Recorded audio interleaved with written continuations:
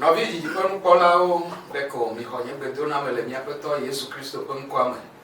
Ye da pe na mawu be ga plomi ba do sabasku pe muso srobo wona ome. Ba kwa se be mi fonwe beke mi apo motori de viore. Ni ha me fon. Ya novi atubu kopu aite ye pom yele ye pen ko ha se miele. Ye ga gere muso sro Andrelia no hoko. Esi pe tanya globe gome do anyiwo na nya brodi. Comme do anyi yo na nyabrodi eye mi ale kude nyasi ome agoglo me agase na no yi gagla de ma o pe nya nyase o go pipi sro blo a ele Isaiah ba gbale eta ade pipi enyi Isaiah ba gbale ta ade pipi enyi e me nya o blo be tete ese apetola fe gbe o blo be na ameka ma do eye ameka ayi nami tete beglobena nyenye si dom amen amen alebe novi o gaso be hoho be yo agade apetope enyasi o menami kwa agero ji ma do gbena o novi leon beko apomotore Après le fond, de viore fond, ni chobedo dans une soirée, d'accord. Il y a boire, anye ha mo fo tu carré, mileji après na mao. novi kobi beko apomoto Au fond, de vio au fond, benyi chema dans joie. nya ha mo fo o mo fo nwi to mo fo fo am yo ha mo ga Christian beko apoma ne da kuna ma o de vio fo nwi ile fo ke ya boare nya ha mi fo yo akuna ma o ga ko mi le so asu mo so pe agbe a ejo jina ya ele jina to yo jipon polao abale megle na mi dongwa nsosro Andrelia jimile kwa hafi mi agede esi o manwie ne mi atemu asenya yo go manwia mia pe mi anobi kobi be wa plomi apeto pe afon le bedudora me Après tout, bien mao, à mon voilà que nous donnons pour là. Mais quand il y a pas de le doigt pour un bon ami, ben il y a pas de voix. Mais de coup, nous va pas tout Yesu.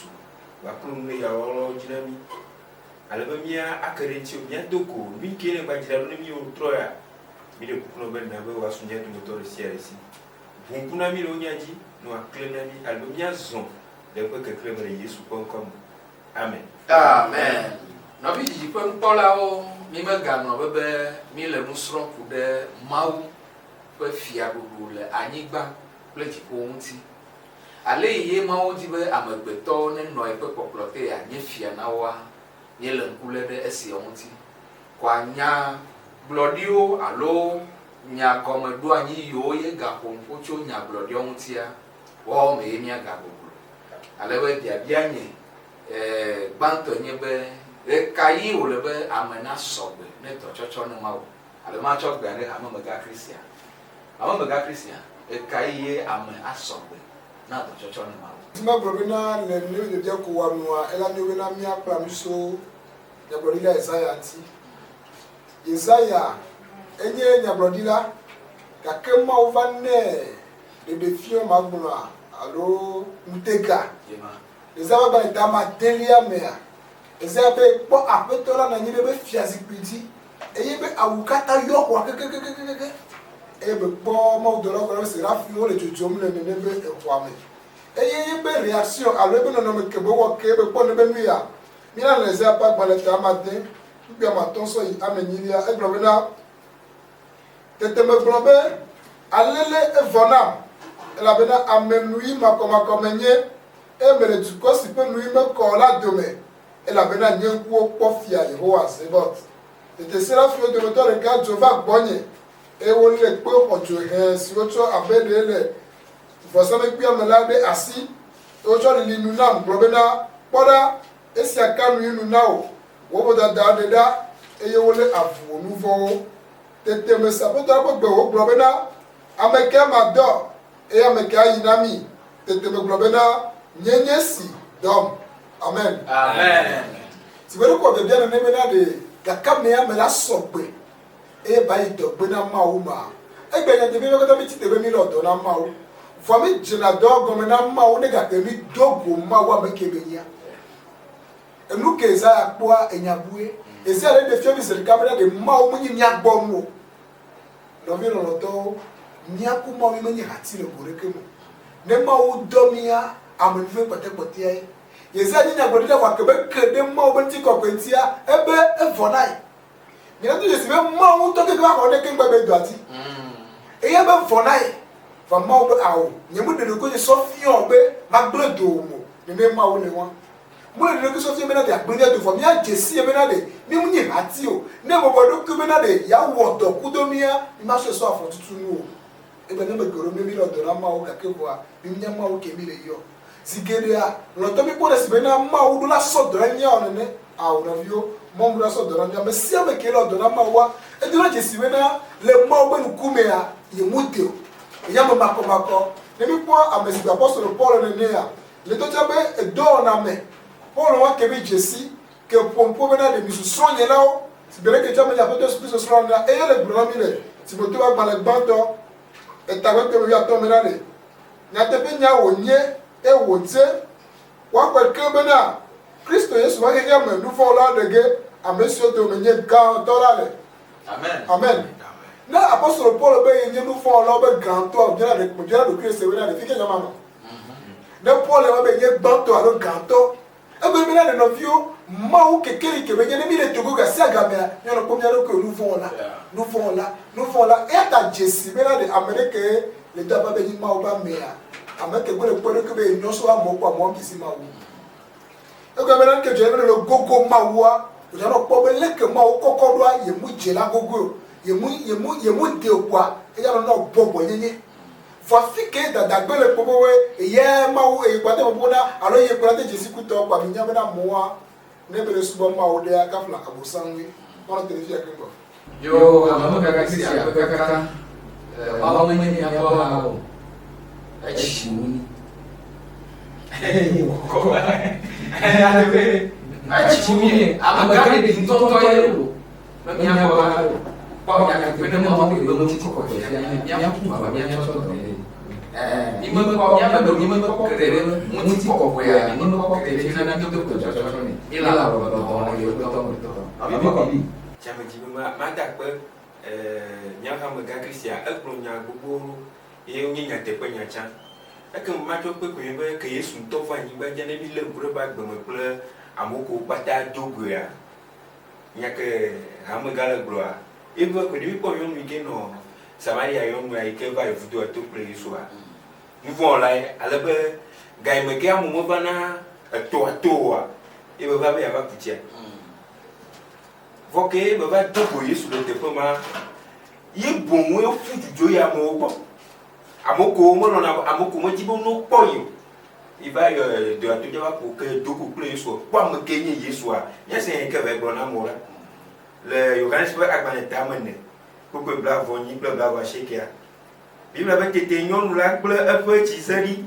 eye wòdzo yi ɖe dua me eye wògblɔ na ameawo bena mi va kpɔ ame aɖe si gblɔ nu siwo katã mewɔ kpɔ la nam ɖe menye esia nye Kristo la oa. Nene ɖe le dogo Mawu ŋutɔŋutɔ nyakoe la to le nume na wo ma si be la de gbeƒã na mo megbe ame ɖeke va gblɔ na be nu ke le kpɔa wòle va gblɔ. Nene si va tre hame gblɔ nene be míawo tsã míatso go Kristo.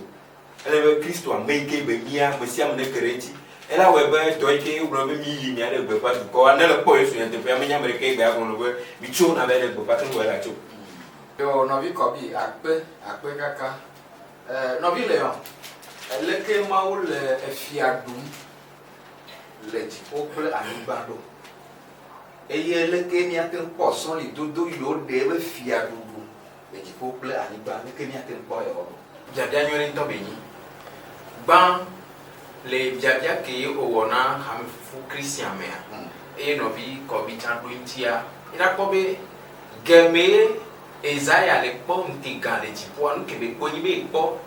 Yehowa. Ebe j'ai vu le Seigneur. Ye kpɔ Yehowa na ye le fiazikpui dzi. Eye ebe awu ke Yehowa Mawu do abe togea. Eye gbedoxɔa me fũu. Eye Mawu dɔla ko le dziƒo wobe serafinwoa woawoe le gblɔ na Mawu be kɔkɔe. Enu wɔ dɔ ɖe ame dzi le kpukpui ya me nyi be wobe woto aʋa le amade wosɔ na ame eve ke sɔ tsɔ na ŋkume ame ko te gogo Mawu zi ɖeka yo le kpɔ Mawu be ŋuti kɔkɔea wosɔ woabe aʋa la ke sɔ tsɔ ŋkume va ame ko sɔ aʋa la sɔ tsɔ ŋkume tsã womewɔ nu vɔ̃ lo. Ame kɔkɔewo nyi ame dzadzewo nyi Vɔwo tsɔ ŋkume. vɔ tsɔ nu tsɔ ŋkume ɖe Yehowa Mawu dzi be yeato Mose nu va yi aɖe be ŋuti kɔkɔe ke sɔ fie gbalogbalo ko ne gba kpɔ ye be ŋkume gbe be mate kpɔ ye la nɔ agbe o. Mose ye wã lo. Fifia le dziƒo ame ko mu wɔ nu vɔ̃ kpɔ le dzadzea woawoe sɔ aʋa la ame eve sɔ tsɔ ŋkume egbe be Mawu be ŋuti kɔkɔe lolo wo mate makpe dzi o. Ale be Mawu gbã fi ke mi kpɔe le Isaiah be nya ke be gblɔ nɔ nyi be Yehowa Mawu wã le dziƒo. Ogake dziƒo ke Yehowa Mawu lea Mawu dɔla ko gogo ne zi ɖeka woawoe nyi kerubiwo. Kerubiwo ko gogo na Mawu zi ɖeka wodo na sɔ̃ le Yehowa Mawu be amegbɔnɔnɔ alo Yehowa Mawu be fi ke kerubiawo lea be nɔnɔ. Mina hɛn le Kronikatɔ be agbalẽ me. Kronikatɔ be agbalẽ gbãtɔ tawetɔ kpukpui adelia. Kronika gbã tawetɔ kpukpui adelia gblɔ be tete David kple Israel blibo la ho yi Baala. Eya nye Kiriat Yearim si nye Yudatɔ ne woatsɔ Mawu Yehowa ame si le kerubiwo tame afi si woyɔe ƒe ŋkɔ le la ƒe aɖaka tso afi ma vɛ. Amen. Ne mi le ŋkɔ ɖe kpukpui ya ŋutia wole gblɔ na mi be yewoave sɔ Yehowa Mawu Yehowa ame si le kerubiwo tame afi si woyɔe ƒe ŋkɔ le la ƒe aɖaka tso afi ma vɛ. Ne miase gɔme le nusɔsrɔ̃ ya me gbã be fi ke Yehowa Mawu le yo le gblɔ le fi ya enyi nubablaɖaka be tame. Ke woafiɔ be Yehowa Mawu le dziƒoa kerubiwo wonɔna ya ma ŋuti kerubiwo be sɔna nu ke sɔtsɔ na woame ŋkume wã. Fifia ne mitɔ va anyigba dzi le esi me ke Adam kple Eva wɔ nu vɔ̃ minya bena le abɔa be titina atike nanɔ dzena si nyɔe ku vɔ̃a le ke gbɔ be atike nyi agbetia tsã etsã le abɔa be titina. Fifia ke Adam kple Eva wɔ nu vɔ̃ vɔa Mawu lɔ mitɔ. Ne mi gba nɔ nu vɔ̃ me ɖaa mianɔ agbetia ɖuwɔ mianɔ nugbegble wɔwɔ mianɔ vevese wɔ mi ma nɔ ku kpɔ gbeɖe o ta Yehowa Mawu ba ɖe lɔnɔ fia mi to nu ka me. Mi la hem le Mose ba agbalẽ gbãtɔ tatɔ kpukpui bla be vɔ ɖekelia sɔ yi. Mose ba agbalẽ gbãtɔ tatɔ kpukpui bla be vɔ ɖekelia sɔ yi egblɔ be eye Yehowa Mawu tsɔ lãgbalẽwo do na ame kple srɔ̃a. Eye Yehowa Mawu gblɔ be kpɔ ɖa ame zu si gbe mía dometɔ ɖeka ene eye wònya nu nyuie kple vɔ̃. Ke be wòagado asi ɖa agbe agbetia hã o la Yehowa Mawu ɖe ame ɖa tso Eden bɔ la me be ne wòaŋlɔ anyigba si me woɖe tsoe tete wònya ame la eye wòna kerubi tsɔ yi si trɔa eɖokui eye wòklẽna abe dzo ƒe aɖe ene la ɖanɔ Eden bɔ la ƒe yedzeƒe gome bena wòadzɔ agbetsi la mɔnu. Amen. Yehowa Mawu sɔ kerubiwo ko wolé yiwo ɖe asi eye wova le abɔa be yedzeƒe mɔnu wova le abɔa be mɔnu le yedzeƒe gome bena ame la gba ge ɖe abɔa me. Kerubiwo kowoe ne mi va Mose ba agbalẽ velia me wona mi do dzesi be le nubablaɖaka be tamea wole nubablaɖaka be tame eye wo kpa ŋkɔ wa nɔnɔewo kerubia be ve le nubablaɖaka be tame wo kpa ŋkɔ wa nɔnɔewo eye le wa be titina et quelqu'un de tona que dona son Yehowa mau pas me bono no que wa nenye be kerubi won ovale e demboa monua que wa me kele e demboa monu Yehowa ma muntu e demboa monu e so be kerubi o wa we no na mau bo zerika ta Yehowa ma be fia duwa dipo bele e anigban ni zopena Yehowa fa e ba fo do anya belete Isaiah pa gba le tabla den wa den gban to agbe na mi yo no vile yo akpe kaka na numedede yao chokude alei mau le fiadum to kerubi kwe de fiame le chipople anigba àwọn bega Christian ga yiden gona mi fi nya ga se gome akpena bia wa na te pere mi so bibla keke ya mi na problem la koko me ya mi asenya kere bi unti luke woti ba fi ne ponyi be na alesi ko gbo na kere bi be nko po a mi ase go be na elesi be no po fofo le pola kwa mi ane no wo po kere bi o po mi nye be ma o le pepe wa e fi ke mi ba po kere be nyola mi po le mo se ba pa na evelia me etabla voto puis ame yi so ide blavia e gbo be na e na josika atukero bi evele nu chonu la pe gwo ple eviati wo kero bi de kade go de kati e kero bi evele de go kemeti ale kero bi o ple evena no go eviaoti e kero bi ona kle abala do tati ale bo pe abala ona ide nu chonu la ti wa je go onu e wa te motode nu chonu la ti amen amen le fi ami le pole ke ma o le 200 li blabla kabo na Israel vie mo se bele blana le fie ya no chonu kana blabla kadia wo na be ma o be amanu ya zikpu ya o be kero bi efere no go le kapu do go velia mene le o be titi na eye ma o le go me ko be na ma o do lo ko na be kero biwa wo we nyi amesi ko ye o le ma o ti alegbegbe ye subo subo be nyame ti bere kana vile kuna be sadia ne nia wo be subo subo na ma wa enya kredi na be kokwe no vino no to jiba gbe fia ma o je lolo kake kere bi mo no ri do be lolo ela be gbe bi so mo be lolo ke be yin so wo n'importe quoi afọ tutunu la e mi le so ma o be nu ona oti no vi o no be ma o le kokwe e me na de o de da la be to oti o ma te o pa me to ma te no e go le kamo ele si be no so ne be no anyi nu kokwe mi je nu kokwe wa o ma te so ne pepe si be ke mi ate so pata so ne de no mawa enu fofon e be ni no vinyo mi ne pon ba go ko le kere biore de mi de ke ze ke do so fiodwa ne ba mate no to mate kero bi de mate no gonani ni ne baba bo nya ku po yizirika ne koro bi na ni ne ngere ma wonto fa mi pore ke bi lo subo ti do egbera mi pore ke ma o ke do gbera ne mi fo pu le be koja yele mi adome mi ko se be le mi adome mi do na gbera lo koji fa le ke mi le so bu na ma o wa lo lo vino lo to o dira de ti mi na de ma o bobore ku alegbegbe e ya ke kero bi o le ti ne mu hia amegbe to wa subo ku ma ni ma o fa bobore ku ale mi adome na de mi akpo ye lo mi alegbegbe ka ke lo no wa mu e be na mu le kokko e ya tele mi afo ma o subo ma o pe kokko nyinya mi mate no terenu abe mu von ola ona ba do nku be Israel du ko bere wo se wa o de ka ko ipo ne ha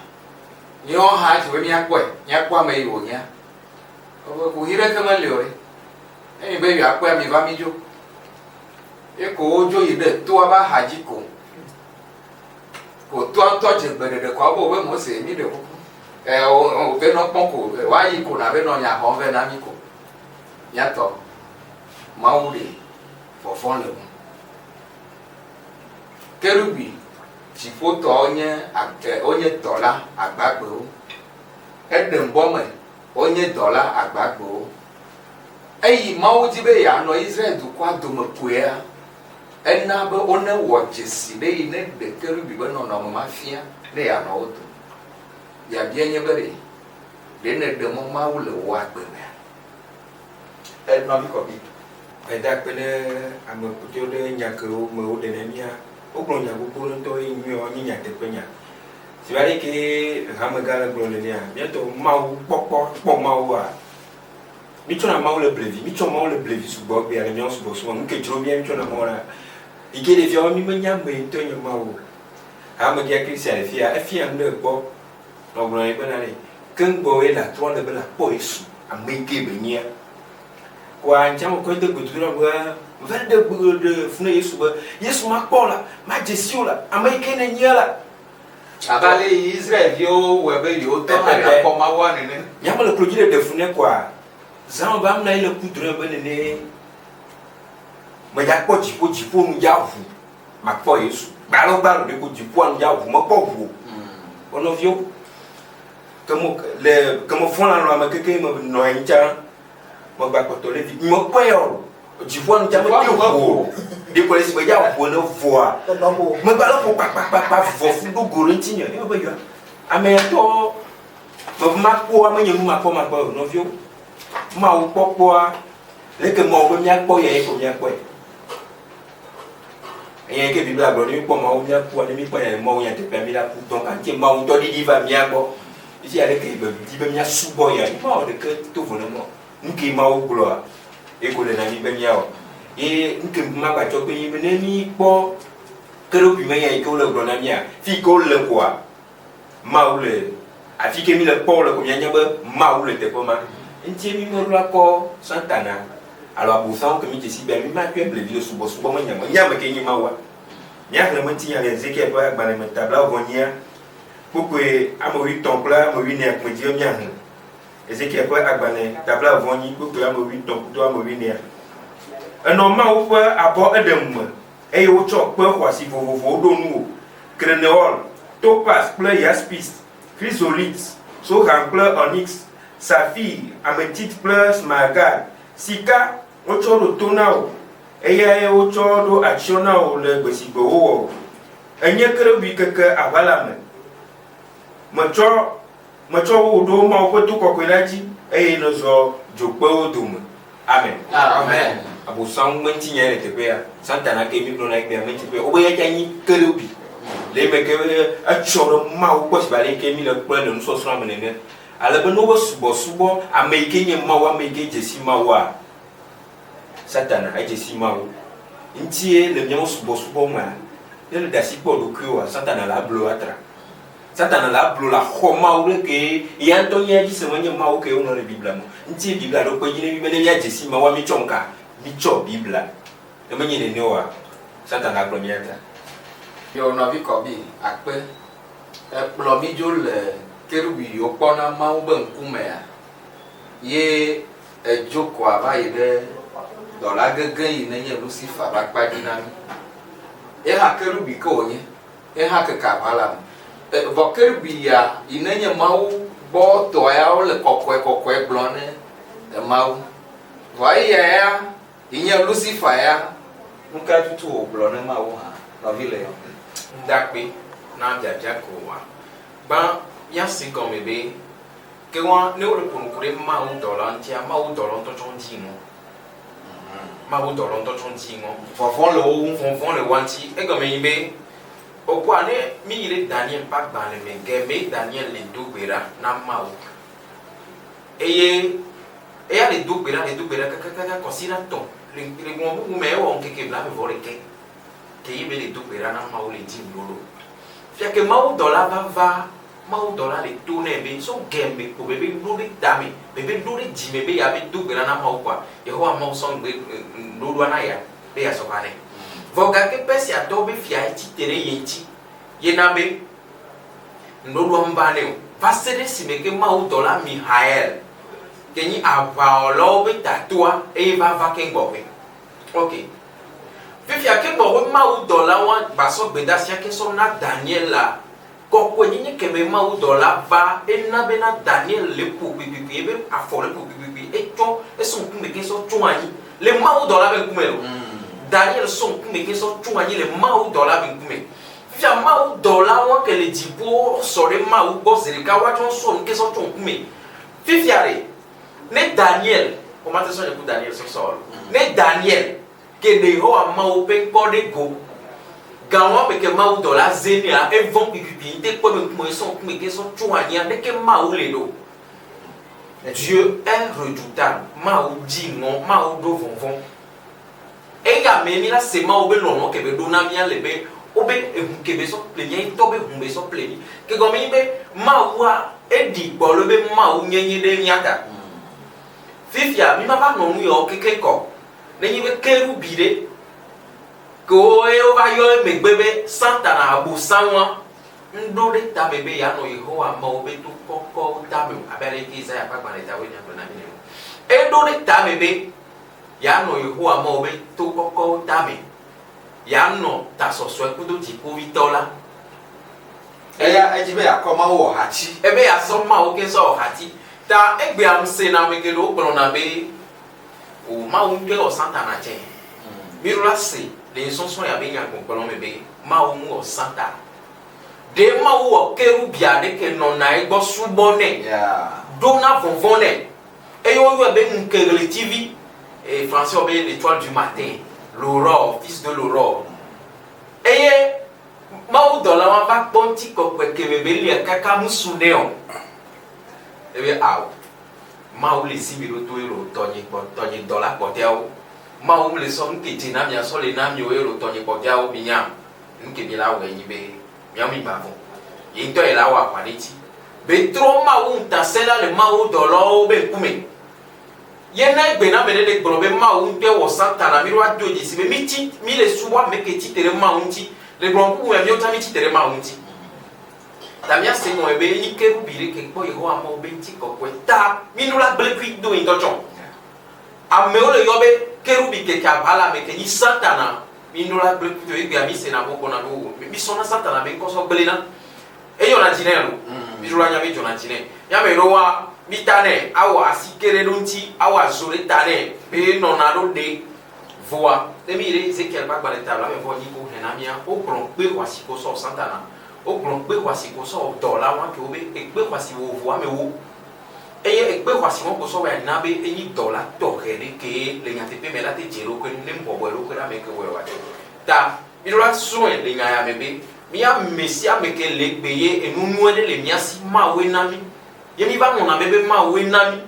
ye mi jina be mi ya dale nu ke ma wo na mi ame abi ro anya ba fo ku le me afo ku kele mi yin be egelo e ga be mira ba ge si bere ke santa na ge ni akpe yo no vile ho akpe kaka he bia yi vavana me yebe kerubia yesubo mi le gbalo alo ame wo kerubia eye kerubi kokwe o le mawu pe nkume le gbogbo be kokwe yo chong kume ame fe odo me aka me milo egba mi ame yo ho polo santa na do abosaundo da hoko ado podriba doa Lucifer onye yemi plodo kenyi kerubia yemi plodo wode ma wo be mi aplero ya alo mi aplo yi na wo ya me alo wo wa mi aplo e bondo aba mega Kristo beda pe kaka be na masi popo be na me apu vire kure kerubi onti sibere ke no vio gro ba ne mi lo segon be na kerubi ke be nyor gro be Lucifer a enya me ne nyema wo sibere ke no vire gro be go ne eye de ke be jesi ma odua eye be jagba kaka ma odora ko mu onu fo po bile wo tu le ma wo gba no vi nyo Yesu Kristo ma no me a ela be ne ku yo bere pe to gba kwasi akole abu samson dala be ku mo Yesu be ko mo ko na ti be ya ta no vi no to ndi ma le fi e be na de enyati ko be kero bi obo na kokwe e hayoleti hadirobe master enye Lucifer eto ti ba blobe na gbe a ka funalo egbe hakomi so subo ma wa gbogbo to wa o le subo ma wo o so Lucifer ko kerubi hadira kero na ke bra no bi no to ameke nya haditi ai wo enyare ko o dina ka funa ma wo enyare ke do chom ka funa ma wo mu ka mo yo bo ko le ha me gbo no bi no to mu kambo le mo bon kole ha me buefo de mi ni gbogbo mo nya wa mi na nya be adolia o le mo bon kole me cha ba ka mi ma gbo be le yi ele be na se mi agome ele fe go ni mi na de nya bu ti po ale ke kero bi won ti wo kaka te plo ma wo dola o no le mo do ba ta wo mo te bia mo to e plo pa de ka lo de kwenti yo bere ko po ti ba plo me dola o mo dola de pepo e fi o be na e be mu nya ga ko mo so ni a e so ti tere ma won ti ono to maka so pere ti na mi kure kero bi antia le rona ko ko bena de munyi nouveau que ye santana wa na ma wo nyere tipo munyi nouveau que bo wa na ile kure bi ku ansira Ezekiel ba bale etabla voni bi ku amewie ne so ide amewie ade enye kere bi keke abala me to do ma obeto ko kwerati e no so jopo do me jopo mo na o so mo nu to gbesi bo wo masere si mo po nu majo le nu wo o le wo asichata gbogbo ta le to nouveau di wo yo do ku o me e ne zu nouveau la e ya ta manya o da le ma obeto ko kwerati e mo to le jopo do me o kore bi si keke abala me no bi no to mi senya obe ezu nouveau la luketi le bebe na munyi nouveau que bon ti o nyalo na mi ne mato ba gbale mere Yesu Kristo fiam le de poa mato ba ta me wieni iku bla voir que ce bla voir evelia ebere tete Petro va gbo blobena apeto zineni na vinye a onu fode nu tinye e mato ake ma ha hala se ziadre lo Yesu blone bena e me blona bena pasere ziadre o ke bo pasere ziadre te pe blandre amen Amen. no vi no to mi buechi kudo ne apote Yesu Kristo fian ne benua e ya kene nye mawo no jakode ya diare ela sa ka osako ela soke e si bo za dro ke si bo blandre si bo za dro ke blani e yi ke ona no fo labe ba jujo no fo Atro le pechi. ale gbogbo na no vi yo Lucifer be no fo ke bo wadi mawo e ti be ya soke ka ke fo no kene joji be na e ya mu ti be atoro nwati o e no be su no fo la no kenye nouveau no vi Bible ba nouveau eje seji dada no kenye lolo Bible ba mo nye lolo lolo eje seji wowo ta so ka gbere ya seji wowo yele e ya va sonde va over le ko no me de ko na be seji dada fifia e jotine ye mo ti be na ya ta se no me wanti si be gbere ko no gbere de vire gbere de ngba wola ngba yu subo la gba e de vie subo de kapea evo e kureti va sele ka ke ba nyaru kenele mwamea no be la nya bo be nu gbegble to ele wo ne ne cha ble roke wo ke be jenu fun o go me ya e kwesi be nu ke no nyo e go be ye fo ye ba popolo de te o ma wo be awla e mo amunyola ele da si taka igbe ya e va do de si be na i ma ba ti tro bovo e ro ko je na totro di ma na do ti no la wo ti ko ni polo be na de mo mu da tro mo de pe parce que je nu fo la si présente la no va mo la tro mi ne di be mi gbe atike kene ni Yesu Kristo la devira na nouveau mais ala bena mi bio wona tibi na nouveau mani banti o mi bio wona tibi nouveau lo gake vanu mo so atika na o kene ni Yesu Kristo bena de onojo na nouveau mais no gbea mo popore pe bale na o ala be nouveau la de pe pora jijo ke mo lo ale gbegbe ala tron na gba ba so ru fun ane ta kero bio be ke be va e yo na be nouveau ta merci na nouveau après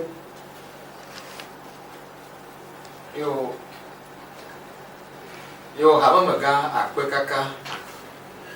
eyi mawo pe nya glori lo o po kerubi le jipoa o do liba lele efo na yo e go me bo po mawo eyi o po kerubi o po mawo o tro lo be ji o wa kerubi ya glo be bi le ana po ma anya ba tro le ji o me azu nu vo ola eyi anonu vo apon be ezunumi eye ne menya o ayeji go ha bu na be ma wule ba paji no bi loro to fi kenye pe ni mi do ne mi ba gbe afio ye le de fia be mi ploker bi aro mi le pom me be mi atro le mi be ji o me yo fo mi le pom be mi adi ya me le dada ple mouvement be vivi c'est wa maule yo na mi be mi akpo eyi ne le jipu yi ne nye ye yi ne le jipu yi ne nye ye Yesu Kristo eye totro atensumiasi ke azwa edota nsosro pe nu wenye sia pacho gbare no vio eye nenye be nya cho pe rolia aga cho verani no vi for vi egbe ale ko la be na me de le gbe ya ike le gle bien do ya yai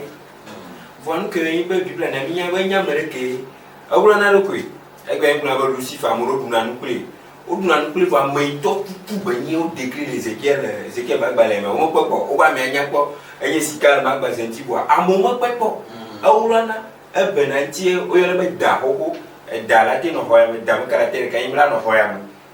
ko ne no go ma nya be da la hoya me Aulana abena Santana aulana. If you understand what is there in Chile, example agalita movie and name. Uba movie and then Pera movie and there. Oba amesi o Paula Adam Guro Agadam Guro who Aglobana. Nutusi na anyiba Jonyanya eye wo bubufia rubola nye esia. Amesi kokekea osugbe wo kokekea osugbe. Banko duo fun anyi me de asile epe aboyo mo nu o dodo apo o enyesia. Oba Santana mandana si poleba aboyo mo nti. Ne Santana lowa eloe. Santana boa mi bonande mi bonande bi avec grâce présidentielle. Melebo. Ne Santana ya logoa. Eloe ejimaya joy. No vi o mele ya. No vi o mele ko ne logo eloe. Amere kula kole basi. Yesu japa te kole basi. Amere kanto meleke apare Yesu aba kole Santana simu. Ya bien c'est yi benade. Onyo anyo bomya chomyero ko atasina mama. Ah o de. Amete ne te jaba lo kwa lo. No vi o le na bi be nyatia Yesu. Eko nyenya gba maleke nyama no. Nyatia Yesu ba mya ba jere ka nyama basi. Yo no vi ko vi akpekaka no vi le Awe munamie. Enya kokula no am ya do tisibe yeho ama wo bejiji to gbo be yin ma wo ti won tan ejibe anom ya betichi na eno wanti le iswe ke Israel vio to le Egypte ni banti na le kana e wa wa gbato na e ya te mo wa betichi na lebe la gbato me anu ke do son yeho ama wo be Israel vio gbo no no yin no ba bladaka Mbadaka wa me ami na po pe via o kenyi ese ewa o be pe o le mbadaka me e mbadaka be mutuvia eye die kerubi keke abala me o kerubi via o le e kerubi ve won be titi na e Yehowa ma o le won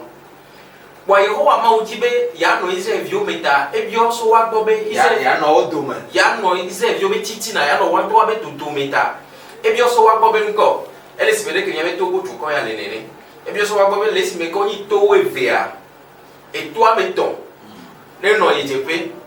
e to ameton ne no no diehe e to ameton ne no etorope e to ameton ne no anyehe ale be ze vio pata ola popu la doye e kele no agbado abetiti na ze vio pata wa popu la doye ale be ya te ma no wa betiti na fifia